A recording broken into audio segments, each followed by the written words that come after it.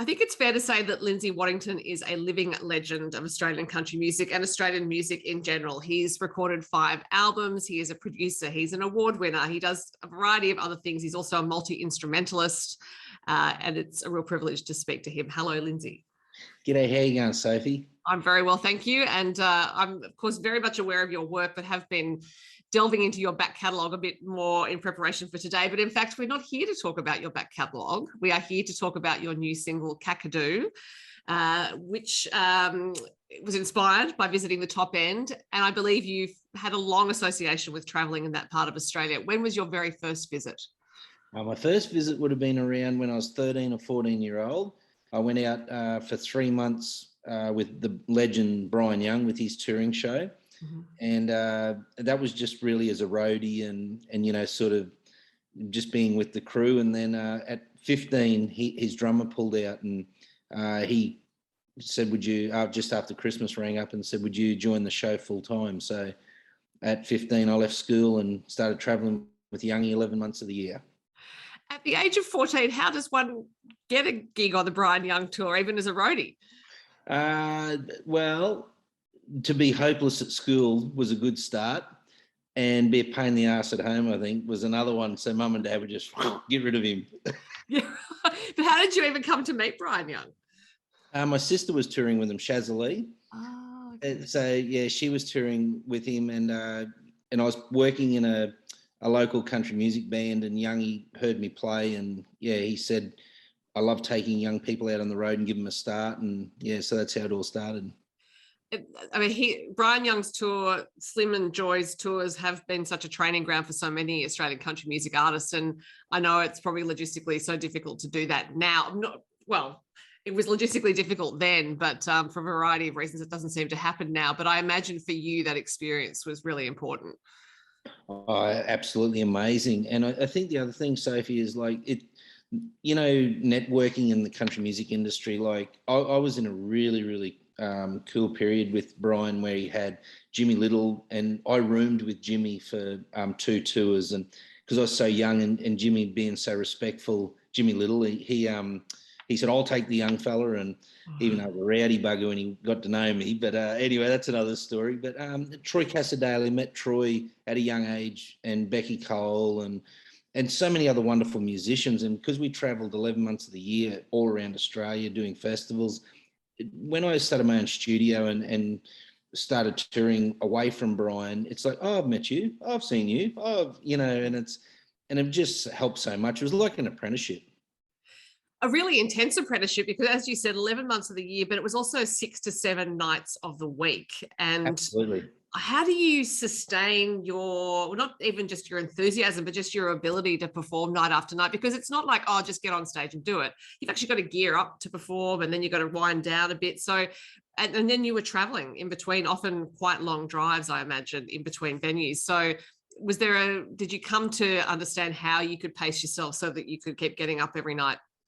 Not really. It was like, I suppose it was like a team sport, you know, because we had 2 troop carriers traveling together. And if you know, like I was lucky, I was 15, never had kids or a wife or anything at home, or a husband and kids, if you're a lady or whatever. And, you know, so I found it a little bit easier because like I was out of school doing it, and it was all like fresh and new. And like part of me was even like, how's this happening? You know, how am I here? But I felt in the time that I was with Brian, the 5 or 6 years, I felt for some of the older musicians, whether female or male, leaving their kids and you're going out on the road, very hard for them. So I think the key was to stay upbeat, stay happy, and everybody sort of pulled together like a family. And I think that just helps everybody get through. It's like if you had a bad day or whatever, it's sort of like a bad apple in a case, you know, it rottens everyone. So you just got to be aware of everybody else and stay positive and happy for them as much as yourself. And I think everybody was the same. So therefore, very rarely there was bad times on the road. It was just, I think Brian had the greatest thing, Sophie, where there was no stars. Like even Jimmy Little was one of the, you know, like, oh, Jimmy, you know, for a young bloke like me to be traveling with, when there was a flat tire, he was expected to get out and help with the tire. And there was no stars. We were all just there to do it together. And yeah, and it was a wonderful thing. So you, as you we were saying, you went to the top end on that tour. Now, since you left the Brian Young tour, have you been able to get back more to the top end? Yeah, Or just as a holiday even? yeah. Have so been back a few times, and it's just such an amazing place. But when we were with Brian, we were lucky to go to Owen Pally and Aboriginal communities because he got land rights, and that we used to go and perform on the Aboriginal sites and communities and missions. That was special. Mm-hmm. Where when I've gone back myself with tours, we've just been able to stay in the public areas, you know, because we haven't asked for land rights or not land rights. I haven't asked for land permits to get out onto the lands and that. And when you can get out there, there is some really special moments. It's just so beautiful. So was there a particular memory of Kakadu that inspired this new song, or a particular part of that area?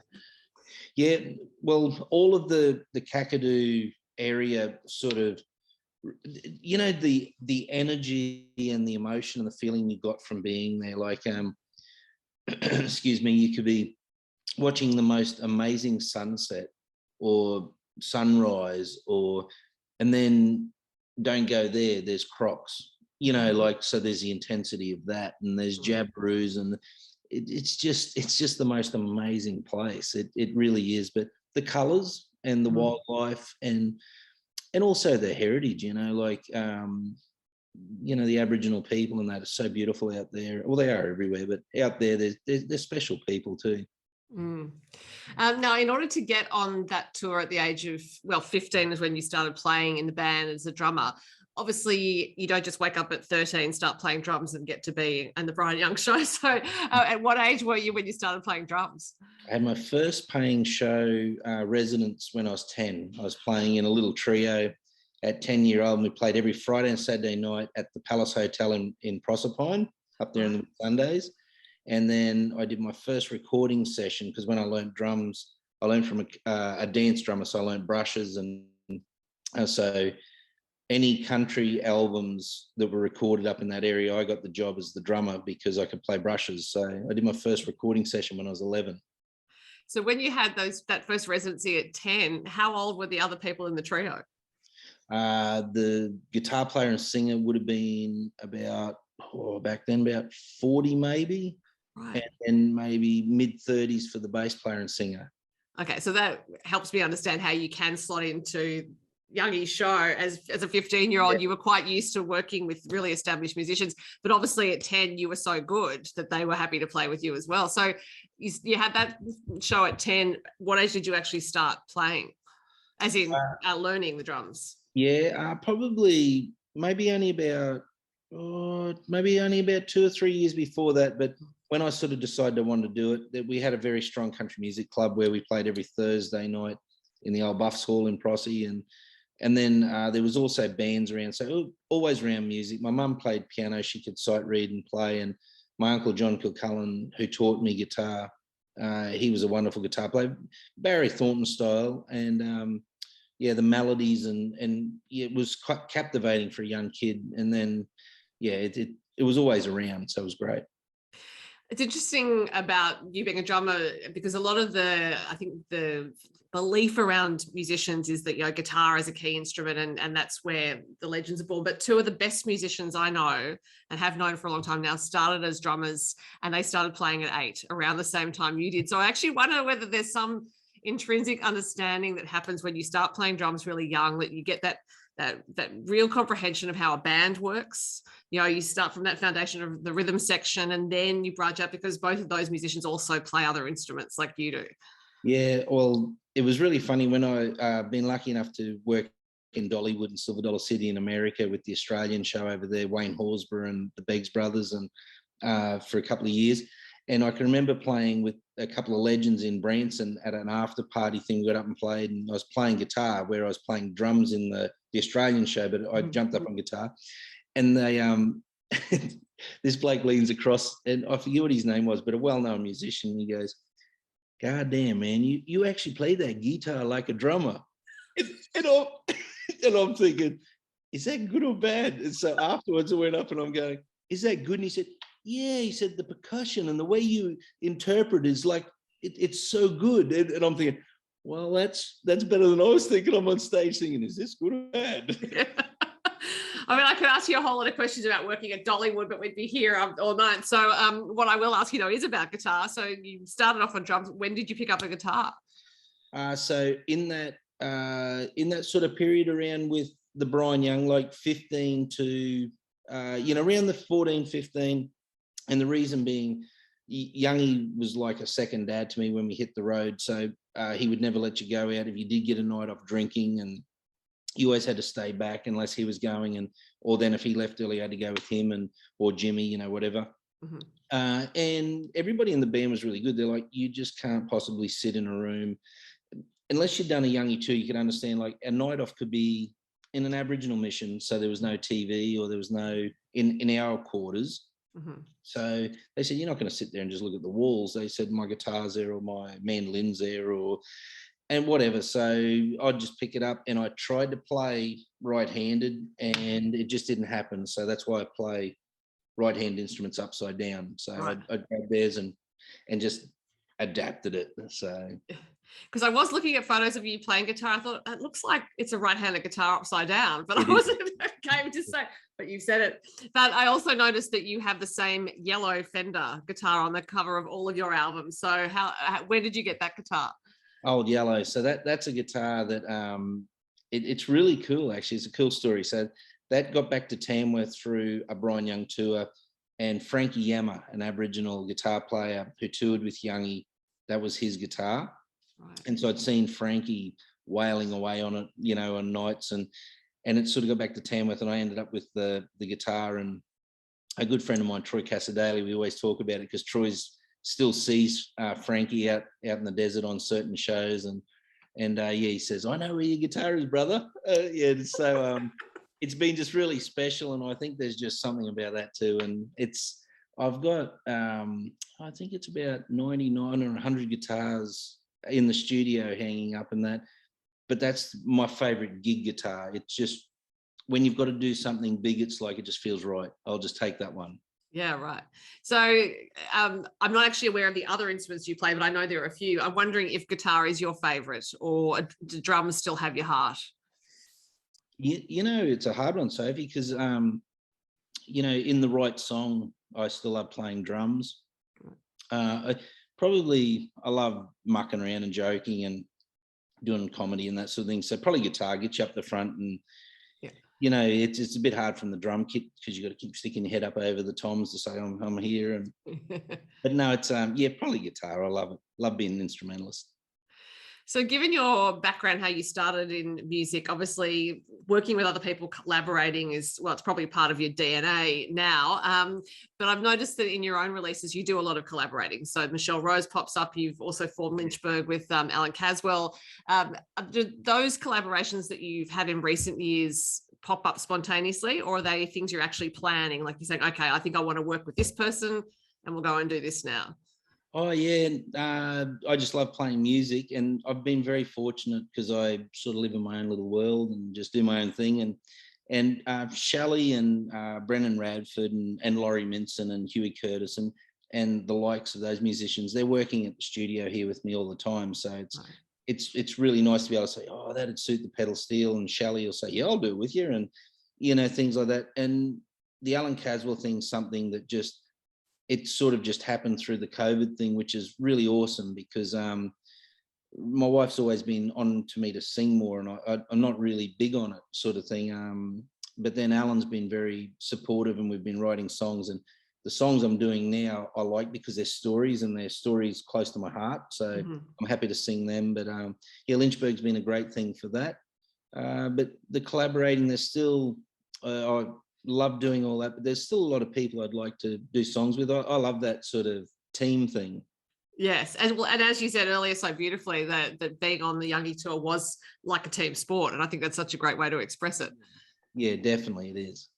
Now, you collaborated also with Angus Gill on Muster and Season, which was nominated for a Golden Guitar this year. And I've noticed in your list of Golden Guitar involvement that some of your nominations have been for songs you produced. And you've mentioned your studio there. So I'm wondering when you started working as a producer. As a producer, so Crosscut Records is 20 years old next year. So that's 2003. So probably around 2000, I think, Sophie, I would have started. I did a couple of projects where I was working in Lindsay Butler Studios and Hadley and that in Tamworth. And I had a couple of projects I did for Lindsay where he was busy and he said, would you produce them? And I did them. And then I sort of went away and did my own thing. Yeah. Okay. And so is that the bulk of what you do now? Because obviously playing live, all those sorts of things have to fit in. So what's your scheduling like?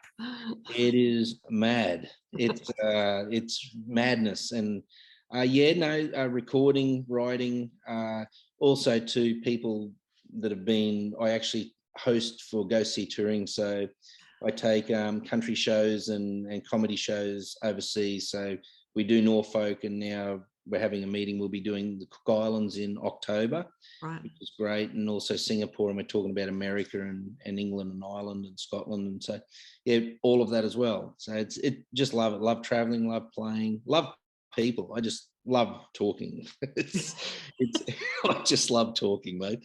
I'm always getting dragged away by my wife. She's, you're supposed to be on stage, or you're supposed to be here, or and I'm like, yeah, yep. But it's interesting you were saying, because you're singing in Lynchburg, that you're not as comfortable singing, but as you love talking and as you're an instrumentalist with so many other instruments, the voice being an instrument, I'm just curious as to why you're not so comfortable singing. Well, you can go and buy a nice Fender or Gibson or something like that, but you just can't go and buy a nice voice sometimes. No, it's I think it's because, like I said, when you grow up and you're playing in bands with the likes of Troy and from a young age, and Jimmy and like Becky Cole and Brian Letton, people like that, Rex Dallas. I shouldn't have mentioned that because there's so many great singers I've worked with. Yeah. The Dead Ringers, Casey and Bill and all them, like I toured and lived with them for ages. And so I look at them as singers, and right. and I'm comfortable being an instrumentalist because that's what I do. And when you sing, you think, yeah, it's okay. But look, I have been told by a singing teacher, you hear your voice different to everybody else. And I'm like, right, I'll live with that. I'll go with that. Because if they're hearing what I'm hearing, I'm happy to tell a few stories and do that, but I love being an instrumentalist. So when you were a little boy learning the drums, did you have a dream of being a musician? Did you think, oh yeah, this is cool, I want to do it, or I might do it for a while? What was there a big ambition to have a life filled with music, I guess?